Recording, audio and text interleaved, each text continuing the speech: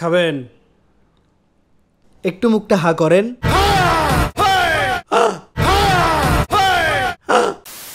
Hello কাছের মানুষজন, অন্ধকার দুনিয়ায় আপনাকে স্বাগতম। ডার্ক ওয়ার্ল্ড এই সিনেমা আমার হলে দেখার সুযোগ হয়নি। কেন? আমি দেখার আগেই হল থেকে নেমে গেছে। সমস্যা নেই, ডার্ক ওয়ার্ল্ড এসে গেছে তুমি নলে, তা নিয়েই আজকের এই ভিডিও। তো আজাইরা ইন্ট্রো গল্প বাদ দিয়ে অন্ধকার দুনিয়ায় ঢোকা যাক। ডার্ক ওয়ার্ল্ড সিনেমা শুরু হয় ব্রয়লার মুরগির বারবিকিউ দিয়ে। নতুন মুরগি? তা জানি না, একদিকে চলে বারবিকিউ, আরেক দিকে চলে নাখাস্তা কাজ। ছেলেরা পাইপ টানে, মডার্ন আপুরা বোতল খায়। ম্যাডাম মদ খায়, রেগুলার মদ খায়। ফাঁকে এক বান্দা ড্রিঙ্কসে জিন্তু মিশায়, মডার্ন আপুরা তা খেয়ে টাল হয়ে যায়। মজা করবো। Okay baby. বান্দারা তাদের রুমে নিয়ে যায়, ক্যামেরা প্যান করে একটা স্পাই ক্যামেরার সামনে থামে, জুম ইন, ভিতরের অন্ধকারের সিনেমার টাইটেল ডার্ক ওয়ার্ল্ড। বাহ বাহ, গল্প চলে যায় বান্দরবনে। দীপা বা ডাক্তার, তার নিজস্ব স্বামী মিশা ভাই ব্যাংকের ম্যানেজার, টাকা ভর্তি ট্রাঙ্ক নিয়ে বান্দরবনের আঁকাবাঁকা রাস্তা দিয়ে শহরের উদ্দেশ্যে রওনা দেন। রাত হয়ে যায় আর আচমকা গাড়ি থেমে যায়, কারণ সামনে লাশ জ্যান্ত। এরা ডাকাতের চেলা, হাতে বাঁশ, মুখে কালো কাপড় পরে জঙ্গল থেকে বেরিয়ে আসেন কুখ্যাত ডাকাত। ইনি আমাদের নায়ক, নবাগত নায়ক মুন্না। মুন্না খান নায়ক প্লাস প্রযোজক। সিনেমায় তার নাম নবাব সিরাজ। ভাইজানের লুকের একটু বর্ণনা দেই। হাতে রিং, গলায় গ্যাঞ্জাম, চোকার নেকলেস, চোখে পিয়ারসিং, নাকে নোলক, কানে কঙ্কাল, পুরাই ক্যারাবেরা অবস্থা। এর সাথে ভাইজান সিগারেট ধরিয়ে পরিবেশ নষ্ট করেন। এরপর টাকার ট্রাঙ্ক নিয়ে দলসহ লেফট রাইট করে চলে যায়। তারপর আস্তানায় ফিরে সমানে বাংলা গিলে। অনেক খামোয়েস্কা। প্রচুর বাংলা খেয়ে সিরাজ বলে নাচা। শুরু হয় আইটেম সং। গানের লিরিক্স কিছুটা এমন, পাইছে কোন শালায়। এদিকে আপার লিরিক্স, মুরসে শালায়, হাই আচ্ছা মুরসে শালায়। ডাকাতি করে বাংলা খেয়ে মাইয়ার সাথে নাচানাচি করেও মুন্নার মুড ভালো হয় না, তাই চাঁদের ওয়ালপেপার দেখে কান্নার ভং ধরে। মা মা ও মা মা ও মা, কান্দিস না। পরের দিন টাকার ট্রাঙ্ক খুঁজতে আস্তানায় হানা দেয় পুলিশ। নায়ক গান নিয়ে ফায়ার না করে মুখ দিয়ে সাউন্ড করে। সাউন্ড শুনে পুলিশ ধাওয়া করে, সিরাজ পালায়। ধাপাধাপ বোমা ফুটতেই থাকে। এই এক সিনে যত বোমা ফুটিয়েছে, দ্বিতীয় বিশ্বযুদ্ধেও সম্ভবত তত বোমা ফোটায়নি। আপনি কেমনে জানেন? কথার কথা আর কি। যাই হোক, ব্লাস্টের তোপে সিরাজ গাছের পিছে লুকায়। পুলিশ আর সিরাজকে খুঁজে পায় না, খুঁজে পায় আরেক পুলিশকে। আরেকবার কনস্টেবল গুলো লাফুঝান্না হলেও পুলিশের বস ছিল চালাকির বিচি। সে সিরাজের গয়নার শব্দ শুনে গুলি মারে। সিরাজ কাইত। পুলিশের যন্ত্রণা থেকে বাঁচতে সিরাজ বাহিনী কিডন্যাপ করে দীপা আপাকে, কারণ আমরা খারাপ লোক। খারাপ লোকদের মেডিসিন হলো মদ। ব্যথা কমানোর জন্য মদ খেতেছি। মদ খেয়েও ব্যথা কমে না। কিডন্যাপ করে আনলেও ডাক্তারের ধর্ম পালন করতে ভুলেন না দীপা আপা। ডাক্তারের ধর্ম রোগের চিকিৎসা করা। তাই দ্রুত নাপা এক্সট্রা লিখে দিয়ে সিরাজকে বাঁচান। আপনি কি মানুষ না দেবী? সুযোগ বুঝে ক্লিশে গেম খেলে নাপা। সিরাজকে বলেন, তোমার মতো আমার একটা ভাই ছিল, তোমার মতো আমার একটা ছোট ভাই ছিল, তুমি আমার ভাইয়ের মতো। এতে গলে যায় ডাকাত সিরাজ। নাকের নোলক খুলে সিরাজ ঢাকায় যায়। আপা তাকে নতুন বাসা দেয়, জটিল জটিল মেডিকেল টেস্ট করায়। ভয়ঙ্কর ডাকাত হলেও শিরিন যে ভয় পেত সিরাজ। টেস্টের ফলাফল আসে, সিরাজের ক্যান্সার ধরা পড়ে। তোমার থাইরয়েড ক্যান্সার হয়েছে। ক্যান্সার হয়েছে?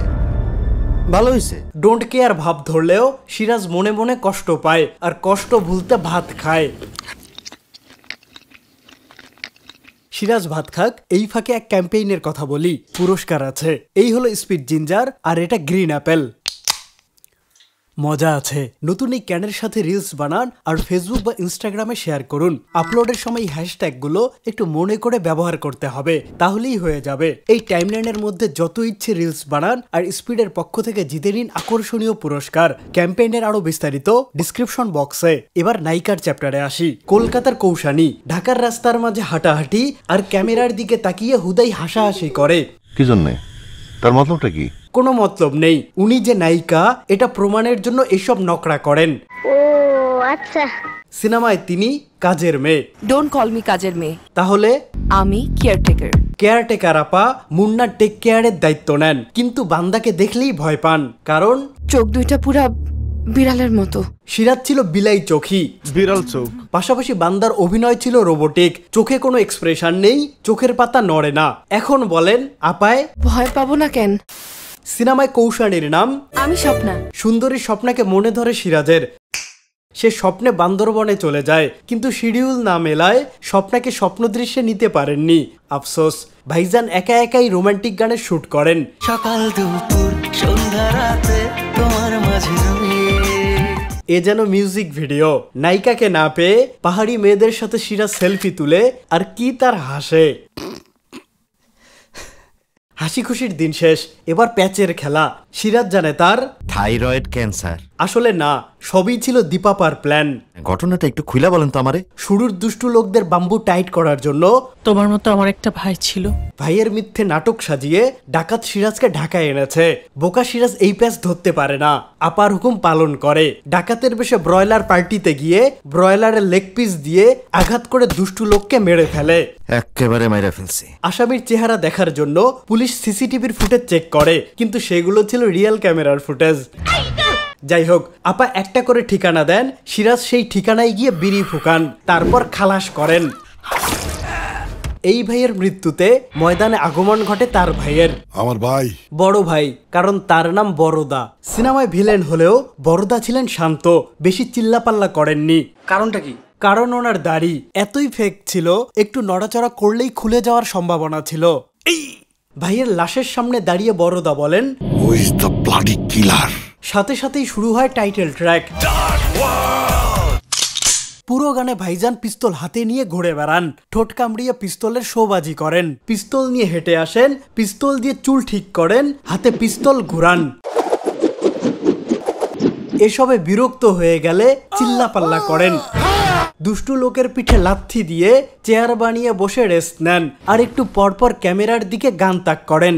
এমন করে কেন জানি না, ভাইজানকে সম্ভবত কেউ বলেছিল কড়া ইমেজ নিবে, তাই বন্দুক হাতে বিভিন্ন স্টাইলে পোজ দিয়েছেন।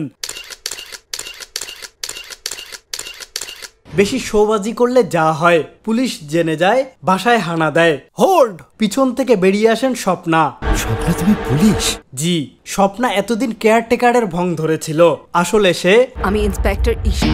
ইহা শুনে সিরাজ আবার মনে কষ্ট পায়, আর আপার দিকে তাকায়। আপা লাইটের সুইচ অফ করে দেয়, সিরাজ পালিয়ে যায়। সেই বুদ্ধি, কিলারের খোঁজ না পেয়ে হতাশ বড়দা মেয়েদের দিয়ে শরীর টিপে নেয়। এদিকে ধোকা খেয়ে সিরাজ একটা রিসোর্টে বসে কাঁদছিল, আর মনে মনে বলছিল, নারী কত সুন্দর অভিনয় করে। খবর পেয়ে বাহিনী নিয়ে চলে আসেন বড়দা। Climax action. এই বান্দা ভিতরে ঢুকে সিরাজ দেয় এক লাথি, বান্দার পাখা গজায়, বান্দা উড়তেই থাকে, উড়ে রিসোর্টের বাইরে পড়ে, এরপর স্যাল স্যাল করে যেতেই থাকে। এই ওনাকে কেউ থামান। এরপর সিরাজম্যান এক এক করে সবার পেটে লাথি মেরে সবাইকে আসমান দেখান। ইনি সুপারম্যান, ইনি সিরাজম্যান। সিরাজম্যান অন্যদের মোটামুটি মারলেও ইভেলির গেঞ্জি পরা এই ভাইকে একটু বেশিই মেরেছেন। ইভেলিতে ফ্যান অর্ডার করে মেবি ধরা খেয়েছেন, তাই ইভেলি ভাইকেই ফ্যান বানিয়ে দিয়েছেন। আইন নিজের পায়ে তুলে নেওয়ায় পুলিশ চলে আসে আর বলে, you are under arrest. Siraj আর তার আপাকে পুলিশ ধরে নিয়ে যায়। এদিকে ইভেলি ভাই এখনো ঘুরছে। ভাইজান ঘুরুক, আমি বিদায় নেই, না হলে পুলিশ এসে আমাকে বলবে ইউ আর আন্ডার অ্যারেস্ট। তো আজ এই পর্যন্তই। সিরাজ ব্যান্ডের ফ্যান হলে সামাজিক কাজে লেগে পড়ুন, আর হ্যাঁ, আইন নিজের পায়ে তুলে নেবেন না। গোয়ার সিনেমার কন্টেন্ট কিন্তু আপলোড হয়ে গেছে, সামনে আসছে আর অনেক ভিডিও। খুব শীঘ্রই দেখা হবে দেশি রণবীরের সাথে। সকাল দুপুর সন্ধ্যা রাতে তোমার মাঝে